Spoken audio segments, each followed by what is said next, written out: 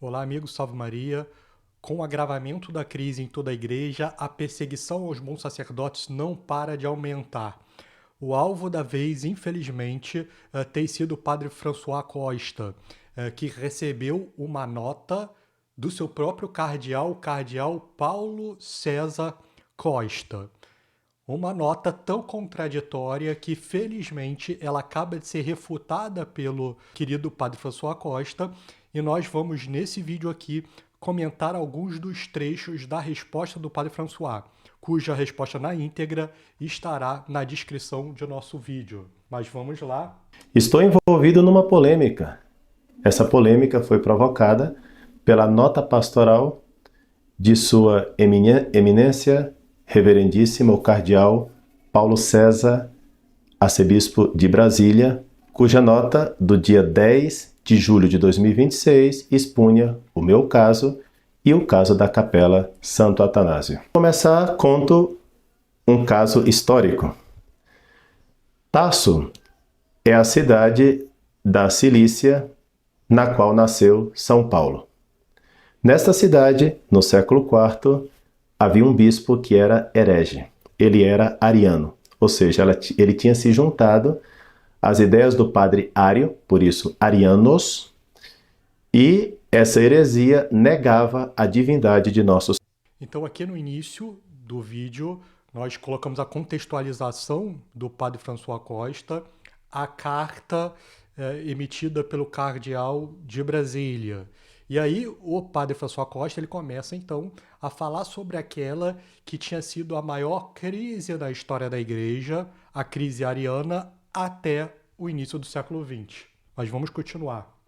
Quando os padres de Tarso souberam que o seu bispo era um herege, era um ariano, os padres se juntaram contra o bispo e criaram uma administração à parte do próprio bispo.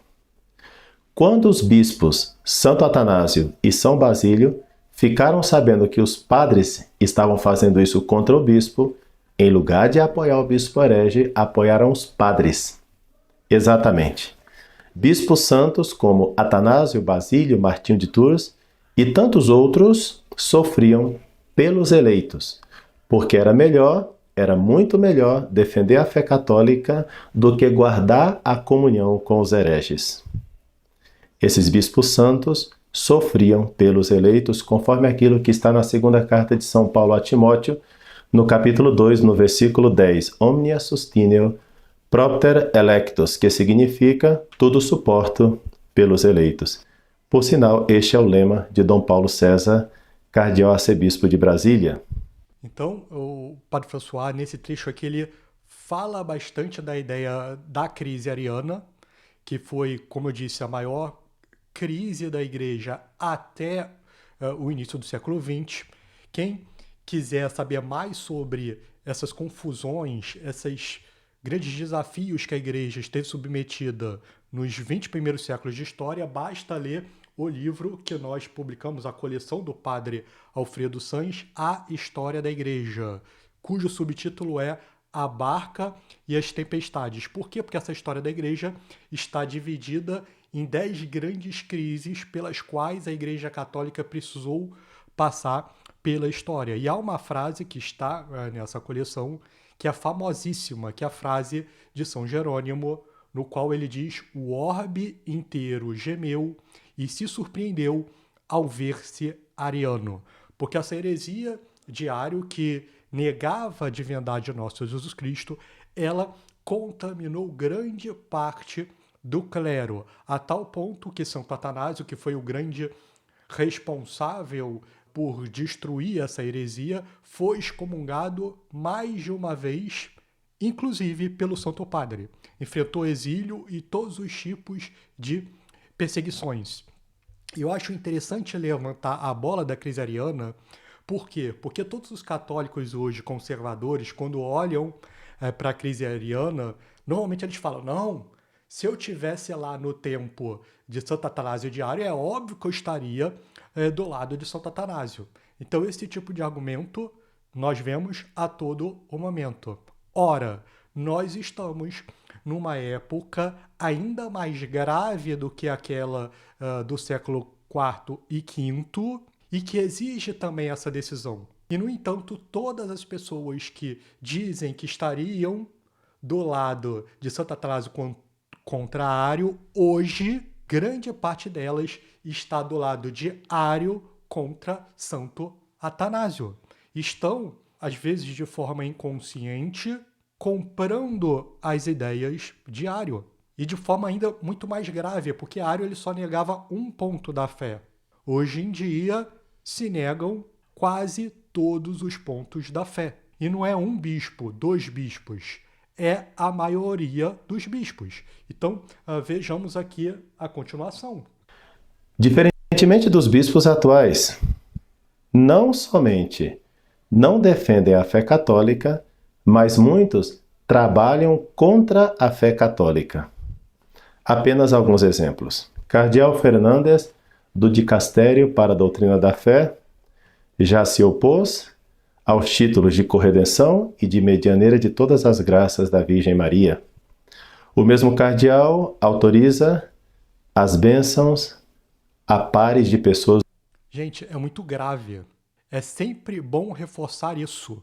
O cardeal Túcio Fernandes, ele é o prefeito do Dicastério para a Doutrina da Fé.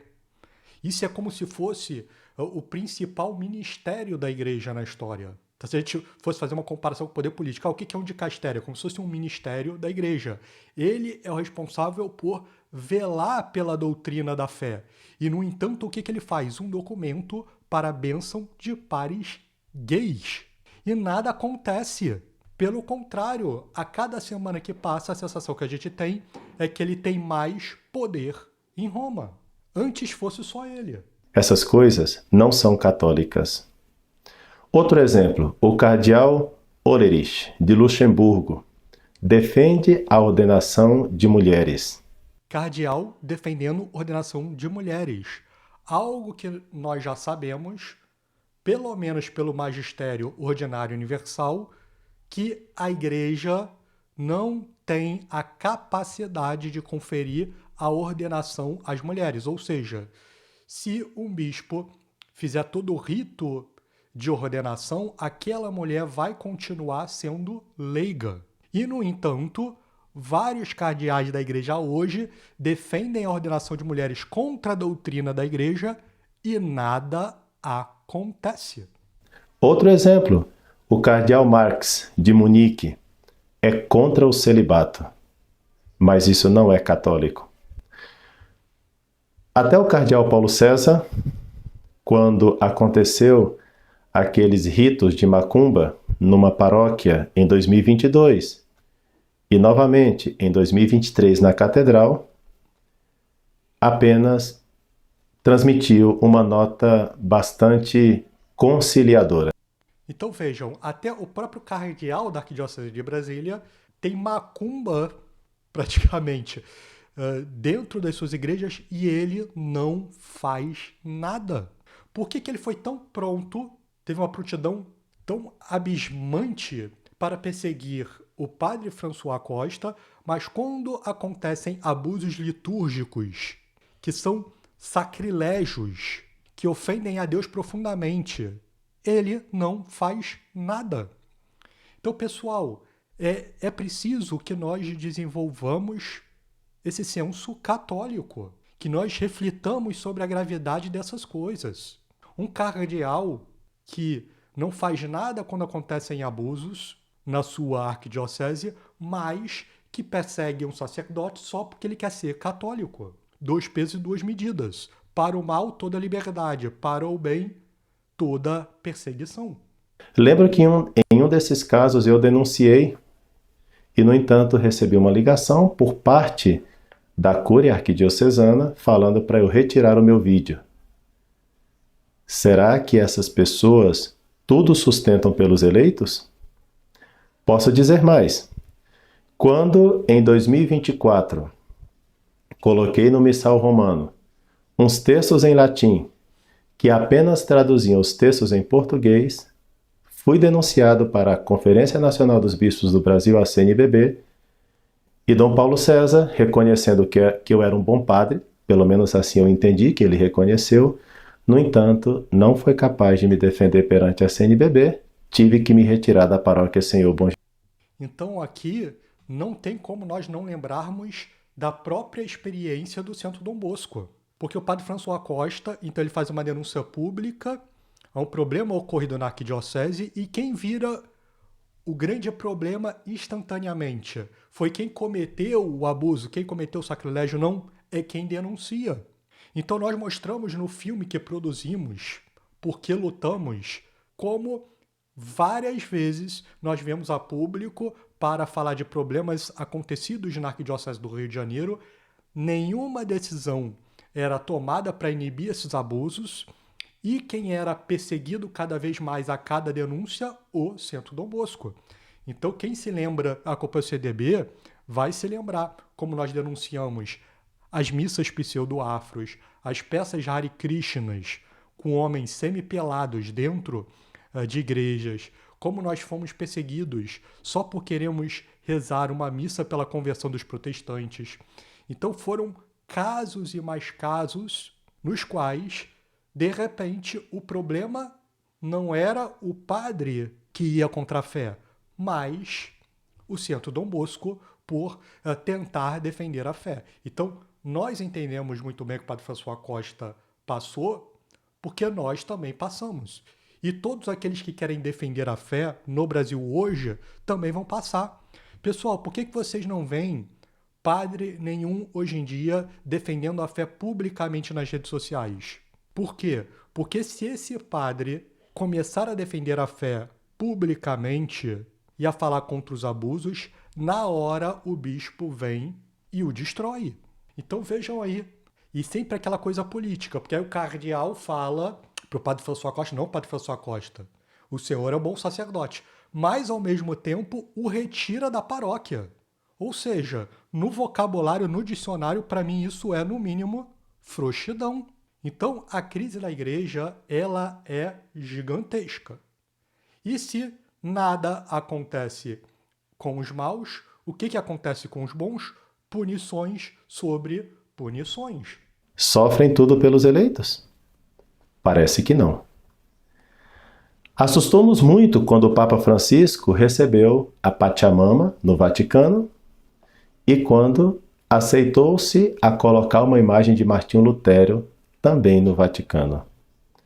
Que situação tão estranha estamos vivendo. Meu Deus do céu, eu vivi para ver tudo isso. Pelo que me consta, é a primeira vez que Dom Paulo César expulsa um sacerdote por ser católico. Exatamente. Porque, normalmente, o cardeal tem que expulsar sacerdotes por casos complicados, escândalos, normalmente contra a moral. Vou citar apenas 5 casos, todos eles são públicos, mas é a primeira vez, pelo que me consta, que Dom Paulo César expulsa um sacerdote por ser católico, que é o meu caso. Tenho 22 anos de sacerdócio. Na verdade, os farei no próximo dia 8 de dezembro. Não me consta, graças a Deus não me consta, pela graça de Deus, nunca saí com uma mulher, nunca saí com um homem, nunca saí com uma criança, nunca roubei uma paróquia. No caso desses padres, os motivos foram outros. Mas é claro, se a fé já não é íntegra, a moral e a disciplina tampouco o serão. Eles nos expulsam por...